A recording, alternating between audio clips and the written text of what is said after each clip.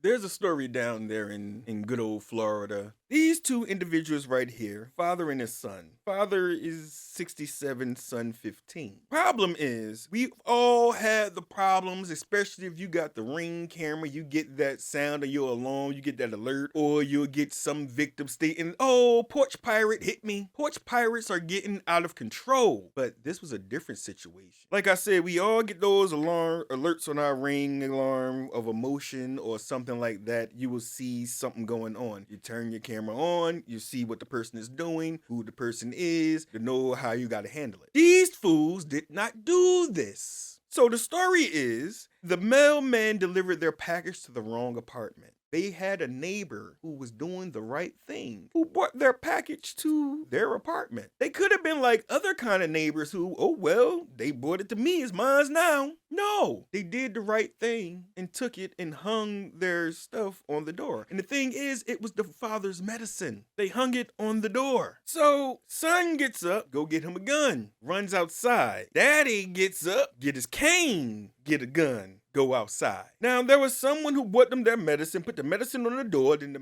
person went where the person went. They go outside, they see no one. They're in the parking lot. They're in the parking lot, walk around the parking lot, and these fools came upon a mother in her car minding her business, about to go up on her life, when she looked out her rearview mirror and see these two fools standing behind her with guns in their hands.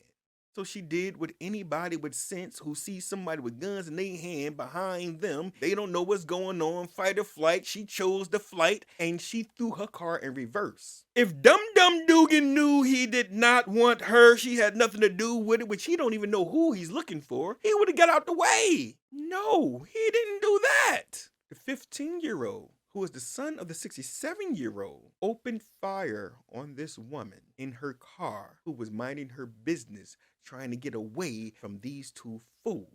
Not only did the son do it, instead of daddy said, ho, ho, ho, no, stop, no. Daddy with his cane joined in on the fun. And this is where the won't God do it comes into play. Because it wasn't nothing but God that saved this woman on this day. Because those bullets entered her trunk, went through the back seat, and ripped through the baby seat. It went through her seat, but it hit the seatbelt buckle. The bullets missed her. If the child was in the car, that child would have been gone. But then they're standing there, thinking that they're in the right, trying to tell a cockamamie story about a porch pirate that this woman had nothing to do with, because you're wrong. All the way around, you have no law to protect you. Bad parenting. That's bad parenting number one.